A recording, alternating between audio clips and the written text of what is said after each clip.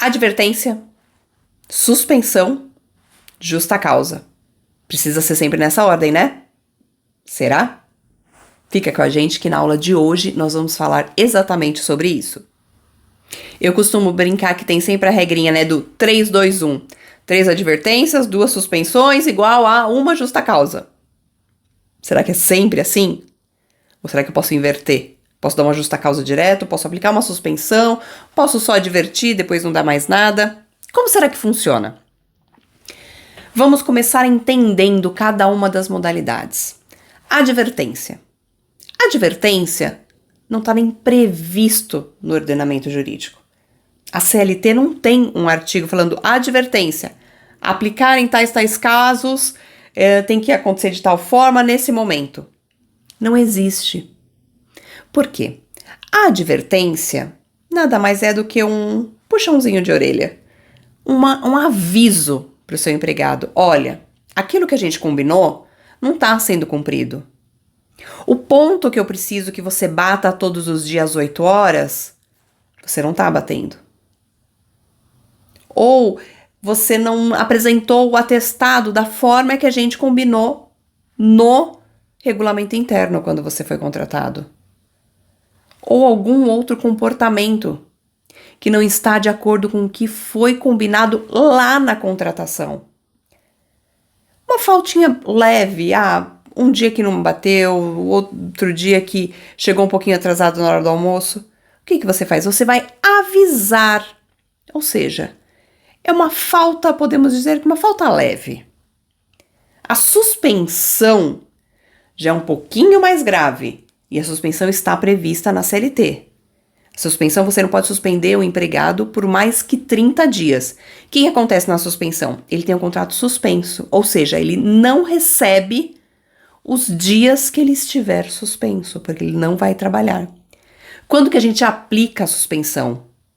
A gente faz uma dosimetria. Quando a falta é um pouquinho mais grave, aí você aplica uma suspensão. Ou quando ele vem reiteradas vezes cometendo a mesma advertência. Poxa, você já foi advertido outras vezes. Agora, infelizmente, é o que a gente brinca, eu vou ter que mexer no bolso. Eu vou ter que te suspender por um dia, vou ter que suspender por 5 dias, para que você pense no que aconteceu e isso não se repita. E por último, o mais grave, que é a justa causa. A justa causa, ela é tão séria que existe um rol que a gente chama um rol taxativo, ou seja, você só pode dispensar um empregado por justa causa se estiver naquele artigo da CLT. Então, se em um dos incisos tem o comportamento do empregado, aí sim você pode dispensá-lo por justa causa. A gente sempre fala, por ser uma coisa muito séria, é sempre bom ter uma sindicância, que a gente fala que é apurar os fatos, levantar as provas daquele ato e aí sim aplicar a justa causa. Um ponto muito importante nos 3, a imediatidade, para não ocorrer o quê? O perdão tácito.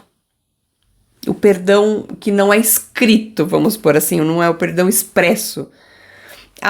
Poxa vida, ele semana passada não bateu ponto 2 vezes. Vou advertir ele hoje da semana passada. Já passou.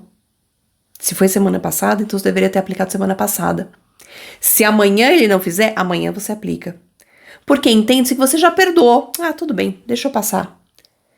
O porquê disso? Por que a gente fala que isso não pode ser feito? Porque isso pode gerar um processo de dano moral contra a empresa. Poxa, mas a empresa perdoou e depois ela veio me advertir? Como assim? Então, isso é muito importante para os 3 casos. E como a gente viu, são 3 procedimentos diferentes. É um procedimento de advertência, procedimento de suspensão, procedimento de justa causa. Eles podem estar numa sequência. Isso, a gente tem uma aula só sobre isso de regulamento interno. Isso tem que estar no seu regulamento interno, essa sequência, essa graduação. Mas não necessariamente eles precisam ser seguidos, um atrás do outro. Você só pode mandar embora se você cumpriu esse e esse. Se for uma falta grave, você pode mandar embora direto por justa causa. Se ocorreu uma vias de fato dentro da sua empresa, você apurou, teve a imediatidade, foi lá, viu quem estava errado, pode dar uma justa causa, porque tá lá nos artigos, sem precisar suspender e advertir. Então, respondendo a pergunta que a gente fez lá atrás, não necessariamente precisa ser nessa ordem. Você não precisa seguir o 321. Se ocorrer uma falta grave, você pode mandar embora por justa causa, você pode suspender, assim como você pode só advertir, a depender do que está no seu regulamento interno e a falta que o seu empregado cometeu. Se você ficou com alguma outra dúvida sobre esse tema, a gente poderia falar por horas aqui, mas o importante de vocês saberem é esse último ponto que eu falei. Imediatidade e não precisa seguir na sequência. Se você ficou com mais alguma dúvida, deixa a sua dúvida aqui no chat que a gente responde para você.